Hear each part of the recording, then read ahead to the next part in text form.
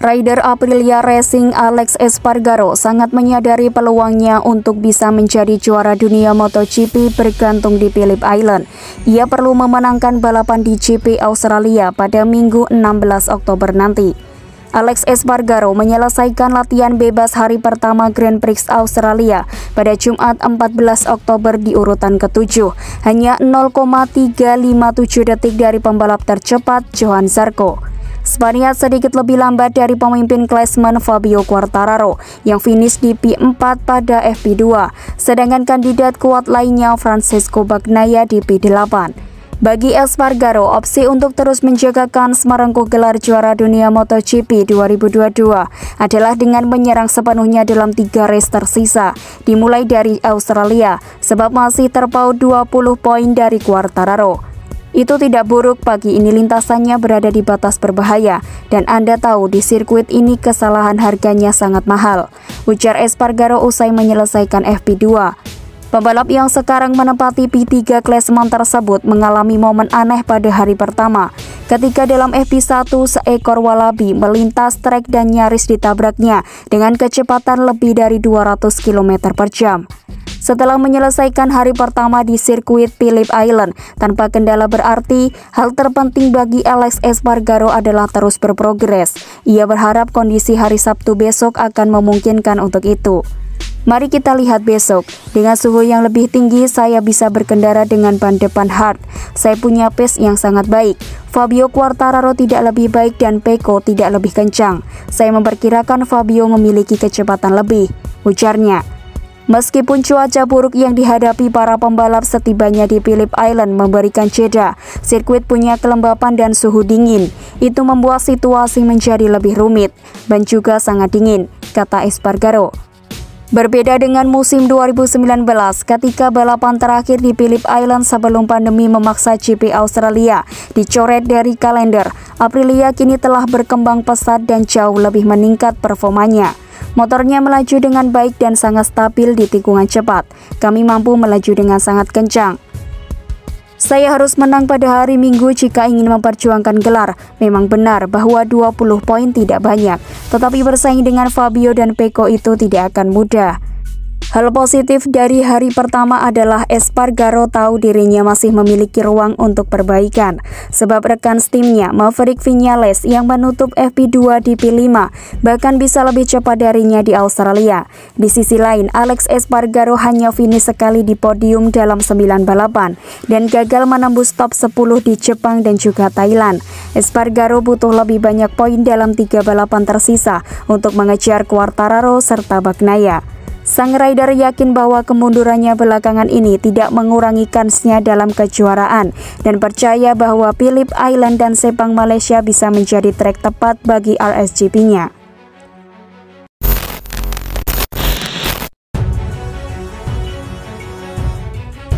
Marc Marquez dan Enea Bastianini mencetak kecepatan maksimum di lintasan lurus sirkuit Phillip Island yang menjadi rekor baru di MotoGP Australia.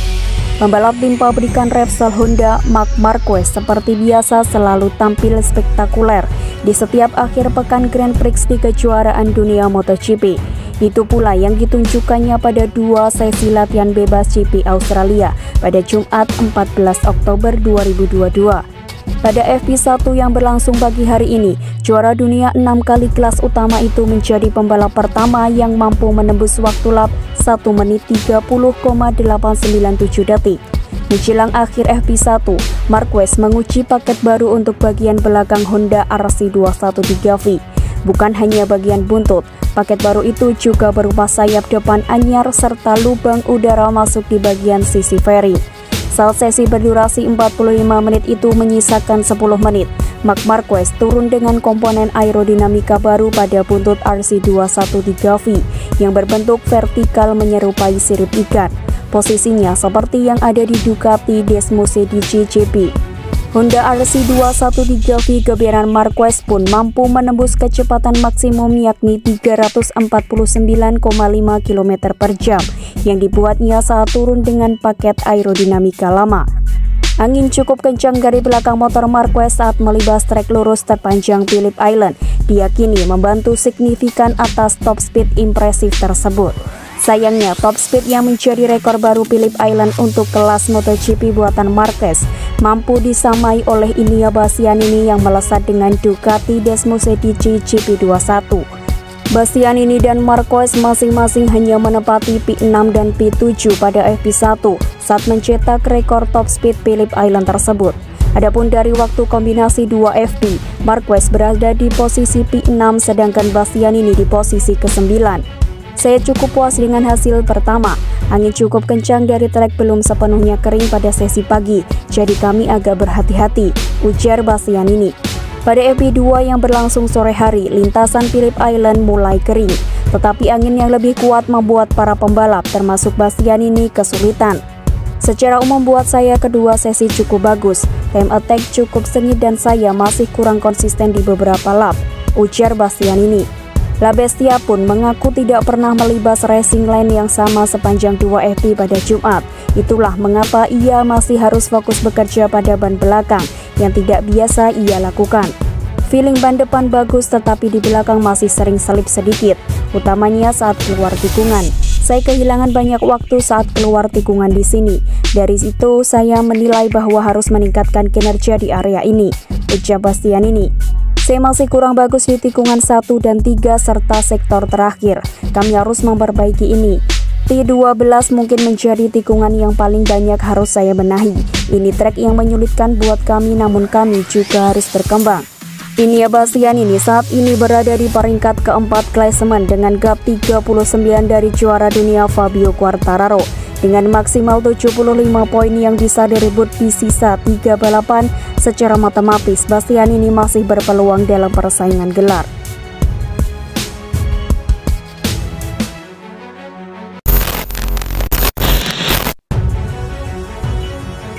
Pembalap Ducati Lenovo Team Francesco Bagnaia tak ingin membuat kesalahan dalam 3 seri terakhir yang bisa menggagalkan peluangnya untuk menjadi juara dunia MotoGP 2022. Rasanya tidak ada yang mengira bahwa Bagnaia akan mampu memangkas selisih poin dari Fabio Quartararo. Sempat terpaut jauh sampai 91 poin, Pecco kini membayangi El Diablo dengan jarak 2 poin saja. Situasi ini tentunya membuat kubu Ducati pasang kewaspadaan tingkat tinggi. Sebuah instruksi khusus bahkan dikirimkan ke seluruh penunggang Desmosedici GP agar tak terlalu keras saat berduel melawan Bagnaia. Terlepas dari pesan Ducati tersebut, satu hal yang perlu dicermati adalah kecenderungan Pecco untuk melakukan kesalahan, terutama ketika posisinya dalam tekanan. Itu terlihat jelas saat di Motegi lalu. Jatuh saat mengejar Quartararo mengingatkan betul akan kesalahan serupa Bagnaia ketika tersungkur pada balapan Misano 2021. Italiano tersebut kemudian mengulanginya lagi dalam seri Le Mans.